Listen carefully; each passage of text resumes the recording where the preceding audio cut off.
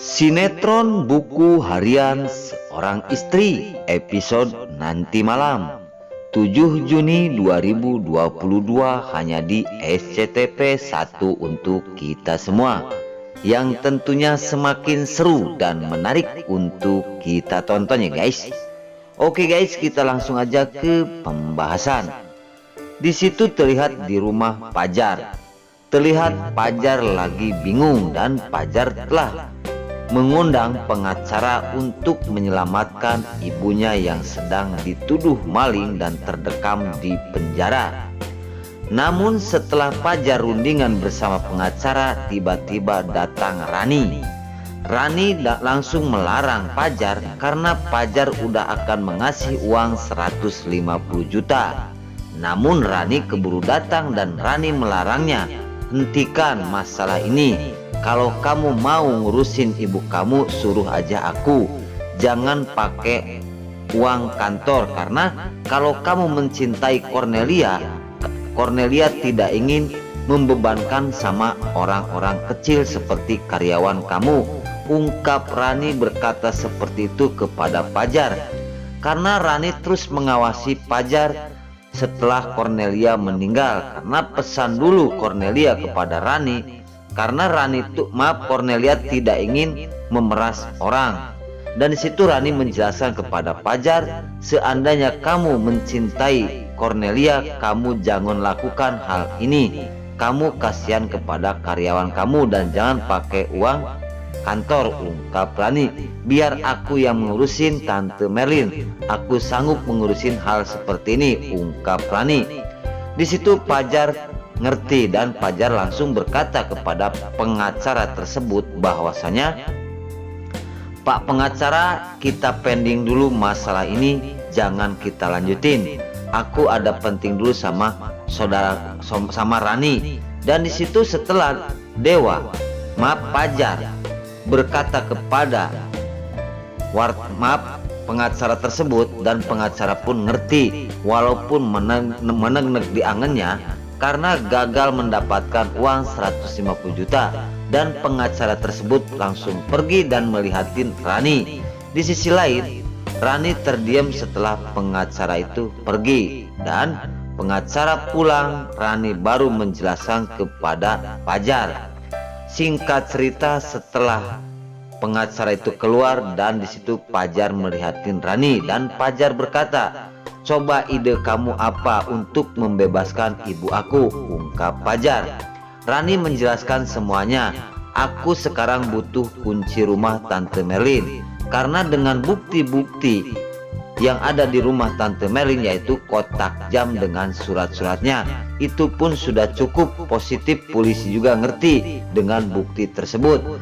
Pajar setelah diceritain semuanya oleh Rani, Pajar pun langsung ngerti dan mengajak Rani untuk naik mobil berdua. Di situ setelah Pajar berkata, ya udah kita jangan panjang lebar, jangan baper dulu, kita berangkat fokus ngurusin ibu aku.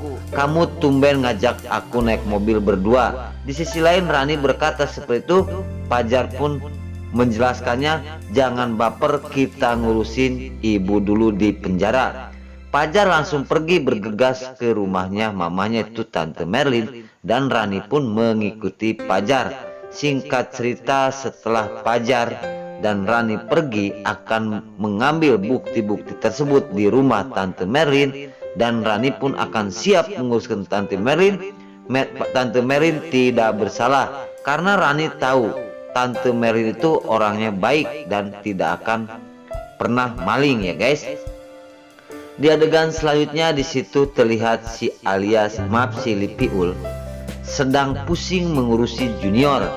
Lipiul soak ngasuh Junior karena Junior nangis dan rewel terus. Tiba-tiba Lipiul lagi jengkel karena Junior tidak tidur dan nangis terus. Datanglah Dewa. Dewa berkata kepada adanya Lipiul bahwasanya, kenapa Lia kok Junior nangis terus, dan Dewa langsung mengambil Junior.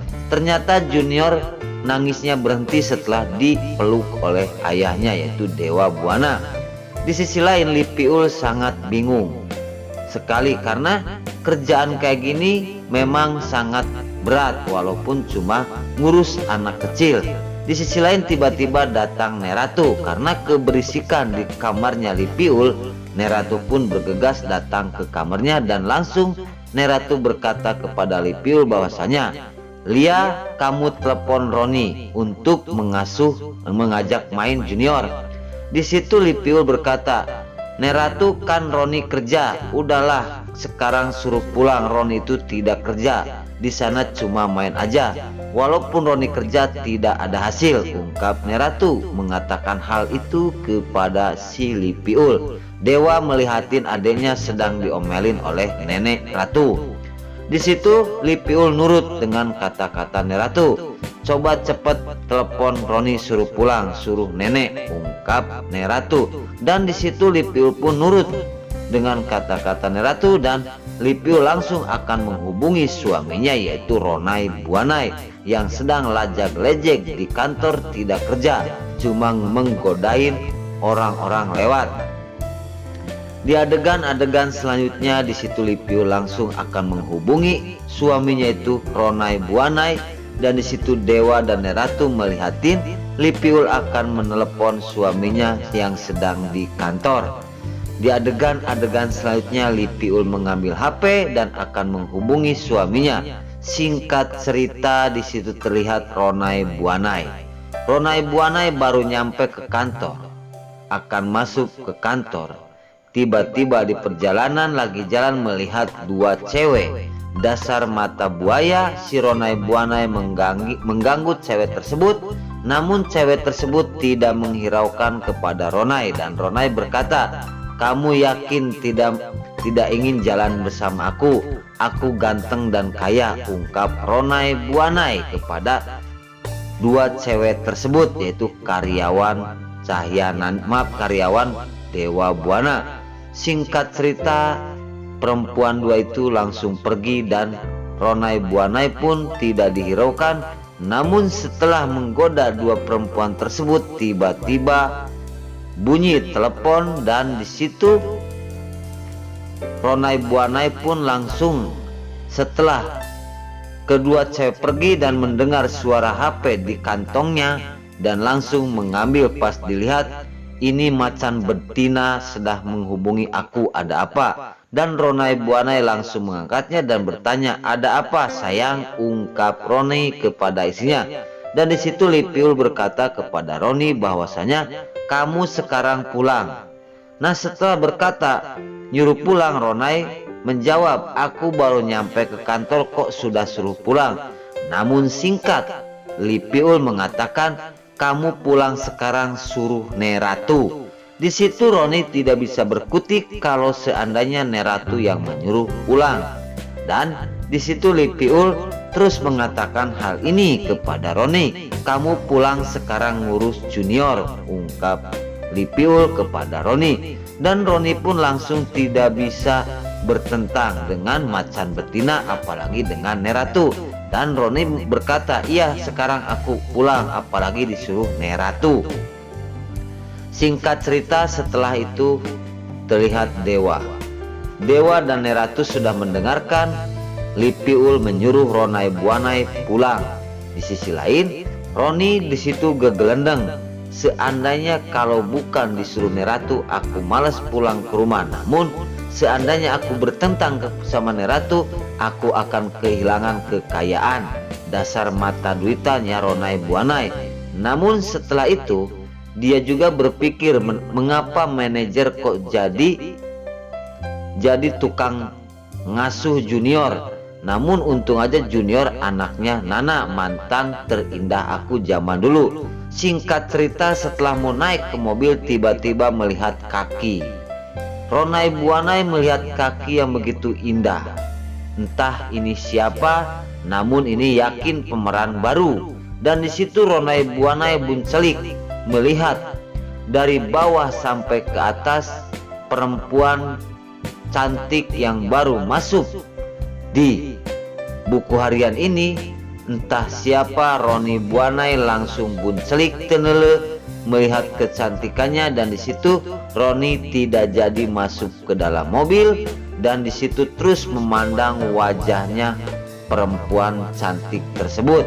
Nah, di sisi lain, perempuan itu akan berjalan ke depannya si Ronai Buanai. Namun apa daya, di situ Ronai terdiam dan tiba-tiba Ronai pun ingat dengan telepon Nyai Ratu. Nah, oke guys, jangan lupa ikutin terus adegan selanjutnya hanya di SCTV 1 untuk kita semua. Nah, sekarang Mimin sebelum Mimin pamit, Mimin sarankan bagi kalian yang baru menemukan channel ini, jangan lupa tekan tombol like, komen, dan subscribe-nya. Dan jangan lupa juga nyalakan lonceng notifikasinya agar kalian tidak terlewatkan di channel ini. Dan jangan lupa juga guys, tonton terus videonya sampai habis agar tidak ada kesalahpahaman di antara kita. Sekarang Mimin pamit. Wassalamualaikum warahmatullahi wabarakatuh.